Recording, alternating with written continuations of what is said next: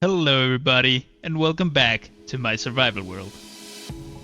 I'm Giorgio, and I know it's been a while since I last made an episode here. I haven't exactly been consistent with this series, unfortunately, but now and then I do hop on here off camera and just chill and do and work on small projects, and actually that has added up to a few things. So just as an update of all the progress I've made, first off, I expanded the honey farm just a little bit. I also added a crafter system that automatically turns honey bottles into honey blocks and recycles the empty bottles right back into the farm. Next is gunpowder. My old general mob farm broke ages ago, and raid farms aren't what they used to in the recent versions, so I needed a new reliable source of gunpowder, and well, I had about half a shulker box of gunpowder left still in the world, but that wasn't gonna last very long, so I built a new gunpowder farm. It's nothing crazy, but it's good enough to keep our rockets stocked in this world. And in the topic of gunpowder and creepers, during some thunderstorms recently, I managed to get myself 3 creeper heads, which is amazing because now I can use one of them to craft the banner pattern and get some cool banners in the world.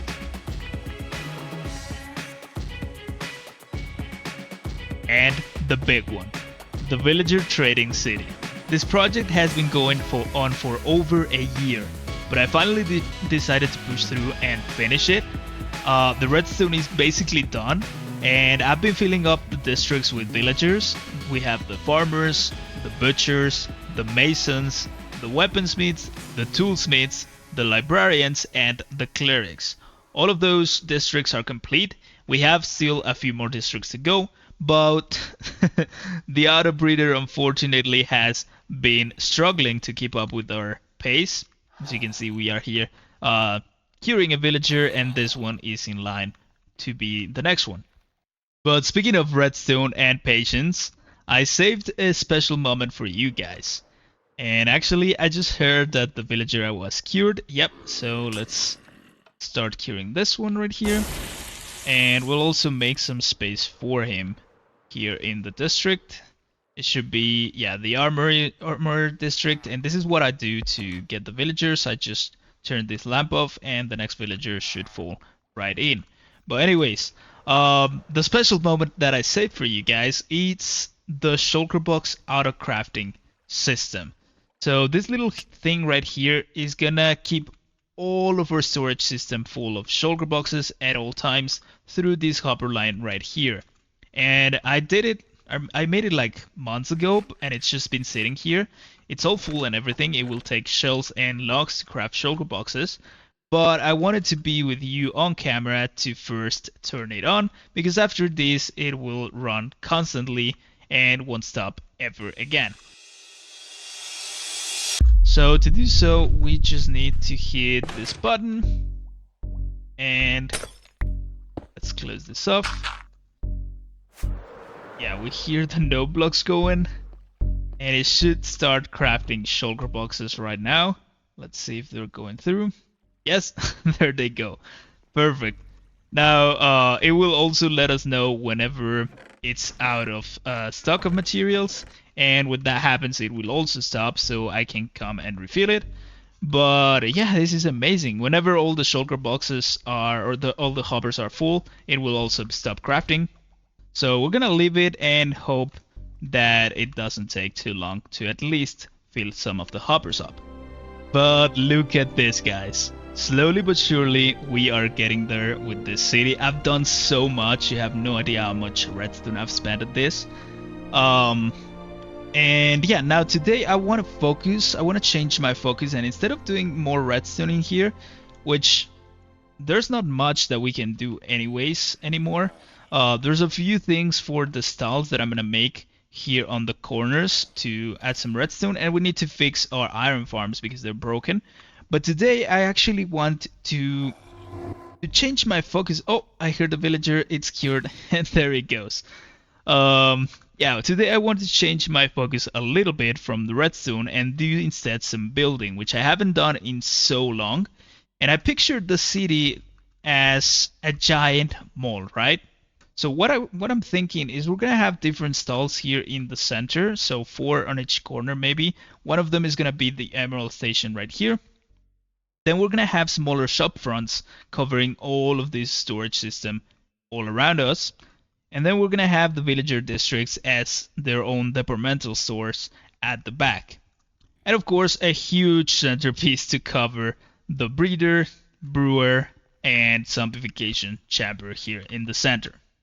Of course, that's a ton of work, and we're gonna do it by parts. And today, what I'm gonna do is to focus on the Emerald Station. This contraption has been sitting here for about a year, maybe more, and I'm still so amazed by it. It can hold close to 1 million emeralds compressed in blocks and packed then into shulker boxes. And well, right now I've got around 100k stocked, 100,000 emeralds stocked in the system, which you'd think would last forever in the world, but believe me, in mine, I burned through emeralds so much and so constantly that, yeah, we need to figure out a new way to get emeralds before they eventually run out. However, there's still a bit of time before that happens, so right now we're gonna just focus on the decoration. And what I thought we could do for it and to integrate it into the whole mall is to make a sort of Japanese style bamboo style around the store. Do want to see, however, before we do that, how much. Oh yeah, look at that. The materials are going fast here. So let's put those in, and let's get some materials to decorate. So we're gonna need some bamboo, and I think the most important thing that we gotta collect right now is pale moss. Not that we're gonna use it a lot, but I want to use moss carpets, pale moss carpets. So let's find a pale oak forest. Here we are, around 3,000 blocks away from where we last were. There's a pale oak, and I think what I'm gonna do is grab some moss, some carpets. Actually, I'm gonna grab more carpets than moss because that's what I need.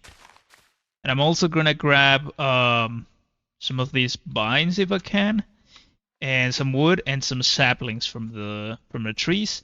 And if I can find any, I also want all the creaking stuff, just because we're here already and this is the opportunity. Classic wildfire. Oh, it's nighttime and look how cool the flowers look, guys. That's so amazing. I love them. I'm hoping to find one of those creaky guys. Oh, look at this. So many. Wait, if I break it like that? Yes, they drop like that. Oh, that's so cool. According to the wiki, there is a 20% chance for creaking hearts to appear inside of a... Oh, I heard something. There it is. Oh, that's one of them. They're so cool. They're so cool. Actually, I want to see it with the gamma off. Ooh, look at that, guys. They are so cool. And I think what we do is just... Yeah, let's get the gamma out. Or down again, because it's supposed to be the way to play the game. So apparently... Oh, goodness, they're quite quick. Alright, I think what I'm gonna do is... Okay, so... Yeah, I thought if I would look on its general direction, even if it was through blocks, I would still be safe, but apparently no. Oh goodness, they're quite fast. I'm gonna fly out of here. I think it's this one. One of this? No, it's this one right here. It's gotta be this one. Wow, that was a lot of damage that we took right there. Dang it. But we should see a creaking heart somewhere nearby here.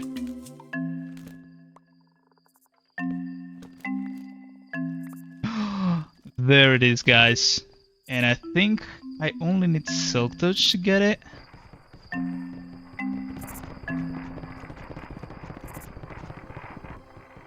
Oh, this takes a while.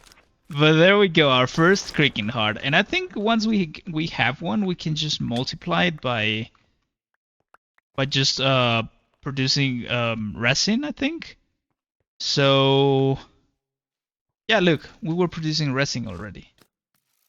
Oh, stupid skeletons. There we go. Alright, we got what we came for. Let's head back. Before heading back, I got distracted and found 3 jungle temples nearby.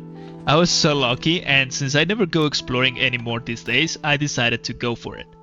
It was the right decision, I think, because I managed to find the smithing template from the jungle temple and some redstone, which is always good. I also found a couple of buried treasure chests and Heart of the Seas. So overall, I think it was a pretty good trip. After all of that exploration, it was time to get building. And I think you can tell I planned out this building creative because I'm not that talented enough to just wing it, and I also had to take some inspiration from Google Images. But I started by making a platform for myself to stand on while building, then framing the build and laying down some of the foundations. From them, I think you can start getting a rough idea of how the build will go. I also had to modify some of the redstone so that it would fit nicely within the build, and one of the things I used to challenge myself with when I started getting more into redstone, which feels like ages ago, it was adapting farms and redstone things into pre-made builds and small spaces, so it was kind of a fun throwback for me. The second part of the build included a terrace and a second story to cover the top part of the machine. I really like the Zen vibes that the whole build is starting to give off now, and then a good old pixel art for the emerald sign, and the roof was just a matter of connecting everything with some bamboo stairs and bamboo slabs. And finally, I had fun with some little decorations all around the builds, just like plants and stuff. Not gonna lie guys, I love how this turned out. I think it looks amazing. And I tried my best to leave some space for the center build here, and I think there's also enough space to access the shop fronts here at the side. So all of that is good. The build looks amazing. I still have 2 things I think to install. The first one is I made these custom banners which I found on the internet and thought they were amazing.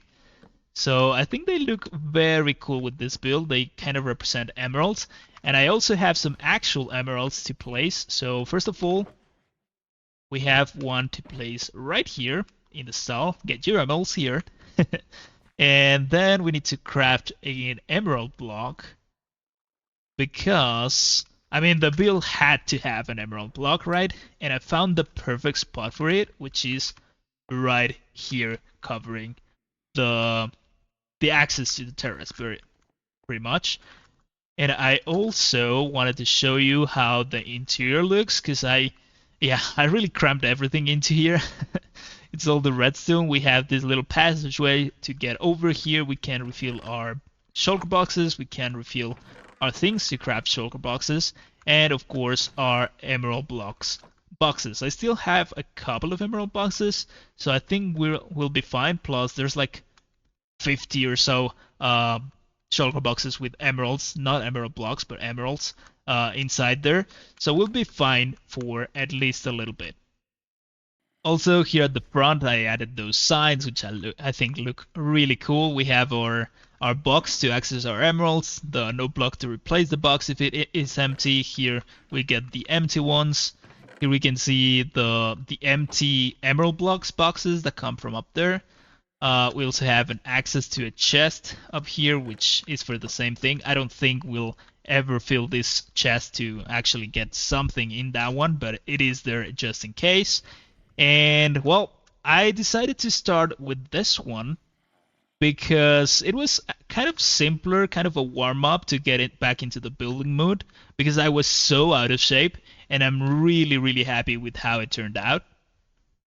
In the coming episodes, hopefully soon, I will start working on the storefronts all around the storage system, and some decoration for the district department stores, so for each of these districts. And I guess I figure out what we will fit in the center to finally get this massive project done and cover this whole thing up. And as for the future, I've been thinking about it, and I think I want to still make YouTube episodes from this world from time to time, but they take a long time to make. So maybe some progress tours and some updates, specials, and maybe some tutorials even.